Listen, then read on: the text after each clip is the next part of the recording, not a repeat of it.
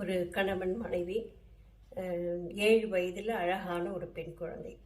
அந்த குடும்பம் வந்து ரொம்ப அழகாக போய்கிட்டுருக்கு. 2 பேருமே ரொம்ப அன்போட அமைதியாக குடும்பத்தை நடத்திட்டு இருக்காங்க.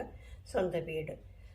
திடீர்னு வந்து மனைவிக்கு உடம்பு சரியில்லாமல் போகுது. என்ன அப்படின்னு சொல்லிட்டு போயிட்டு எல்லா டெஸ்ட்டும் பண்ணி பார்க்கும்போது அவங்களுக்கு கேன்சர் இருக்குது அப்படின்னு சொல்லிட்டு கண்டுபிடிக்கிறாங்க.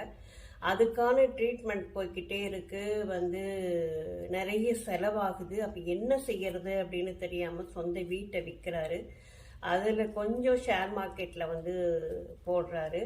அப்புறம் நிறையவே இவங்களுக்கு செலவு பண்ணுறாரு. செலவு கூடிக்கிட்டே போகுதே தவிர குறையலை. உடம்புல உள்ள வியாதியும் குறையலை. அப்போ இவருக்கு கடன் நிறைய வாங்குறாரு. அந்த ஷேர் மார்க்கெட்டும் இவருக்கு கை கொடுக்கல. அது நிறைய நஷ்டமாயிடுது. இப்போ என்ன செய்யறதுன்னே புரியாத ஒரு சூழலில் 3 பேரும் சேர்ந்து தற்கொலை பண்ணிக்கிட்டு இறந்து போகிறாங்க. இது எவ்வளவு பெரிய ஒரு கொடுமையான ஒரு விஷயம் பாருங்கள்.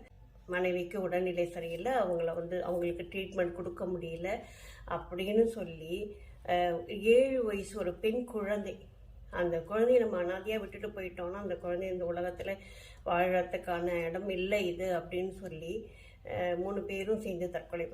மருத்துவம் அப்படிங்கிறது இந்த நாட்டில் மிகப்பெரிய ஒரு செலவீனங்களை கொடுக்கக்கூடிய, தாங்கிக் கொள்ளவே முடியாத ஒரு செலவாக அது இருக்கு. இந்த மாதிரியான அழிந்த குடும்பங்கள் ஏகப்பட்ட குடும்பங்கள் இருக்கின்றன. மருத்துவமும் கல்வியும் மிக குறைந்த விலைக்கு மக்களுக்கு கிடைக்க வேண்டும் அப்படிங்கிறது வந்து ரொம்ப முக்கியம் இல்லைங்களா?